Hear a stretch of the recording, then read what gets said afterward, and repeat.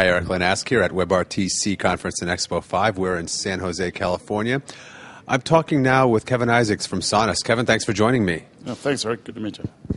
So we've heard a lot of conversation today already about sort of the state of WebRTC, where we are, and there's really mixed reviews, I think it's fair to say, about where current adoption rates are, whether we're where we should be, where we're expected to be, or whether we've fallen behind. What are your thoughts? Yeah, I think we're probably a little bit behind. Not atypical though. New technology, the hype curve, we kind of get ahead of ourselves.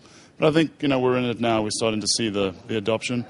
So we're looking forward to it at Sonus. We're all about delivering it through from a cloud perspective. So this is really lines up well.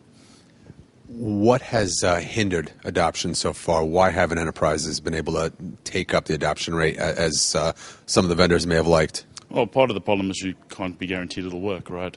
They're not working in Internet Explorer, not working in Safari, not working on iOS devices.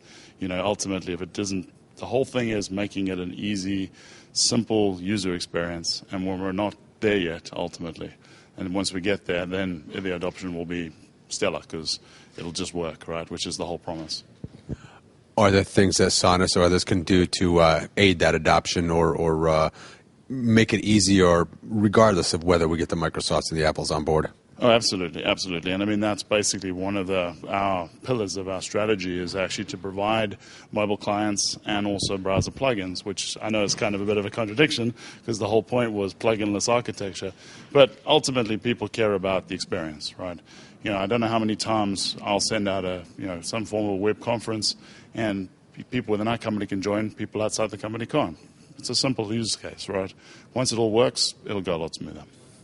So when you talk about, and yes, you're right, the ideal is plugin-less architecture, but certainly if you don't have all of the major players on board, you have to wait for that and do what you can. Is this a situation where, so if you're talking about some web conferencing applications that require plugins, you constantly have to wait for the plugin to install every time you want to join a conference on that particular platform. Is this similar to that? It is. Obviously, if you have a bit more stability in the platform, which is what we provide, we're giving the development ecosystem a single experience. So you're going to have basically you develop it for WebRTC, it works with the plugins, and the plugins are pretty static, right? So you can imagine the first time they join, plugin's going to install, and it's going to go from there. Obviously, it's not going to work for everybody. Some environments you can't install plugins. Hopefully they'll be able to use Chrome, right? But it really depends on what environment you're in and what kind of restrictions. But that's from what we believe is really going to help the adoption because at least you'll be able to make it work for everybody that's out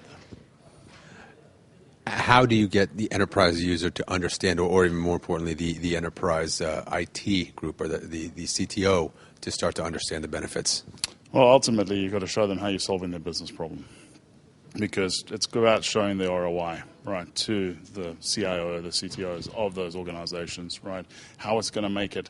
I mean, I look at it myself as a consumer. I would I want to be able to call for a service call, and right now I have to navigate an IVR. I shouldn't have to do that, right? I should be able to go on a website, find what I want, speak to somebody. Just what we see in the demos, right? I should be able to do that. And when you show them that as a simple mock-up, and it's so quick and easy to put together on an API platform, that really sells it to them. So you just referenced probably the most popular use case, or at least a vertical sort of implementation. Are there others that you think really should be sort of at the forefront? There are, and to be honest, we obviously coming from a telecommunications background get fixated on those industries, right? The ones we know, the contact centers, the healthcare, et cetera, et cetera. But there's other things. I mean, WebRTC ultimately enables real-time communications, platform to platform. So, anything from a collaboration session to a band mashup, right? You can pretty much do anything through that. You've got a wide, high-quality interface between you. So companies can look at ways of solving all sorts of problems they haven't even thought of before with WebRTC. Is there an easier business case to be made leveraging the cloud? There is. I mean, ultimately, as with everything when you're leveraging in the cloud, you don't have to upfront plan, right? A company loves the fact that you're able to say, I'm just going to pay monthly for what I'm using. And then as the company grows, you simply pay for more resources. There's no initial capital outlay. So huge cost advantage.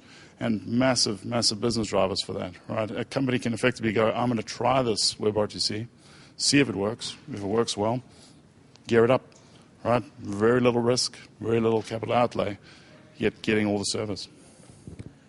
You mentioned at the outset that we're probably lagging a little bit behind expectations in terms of adoption. How long do you think it'll take for us to sort of meet expectations?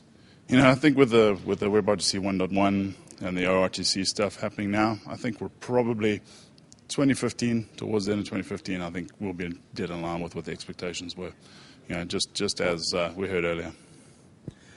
And what opportunities then does that, what new opportunities does that provide Sonus?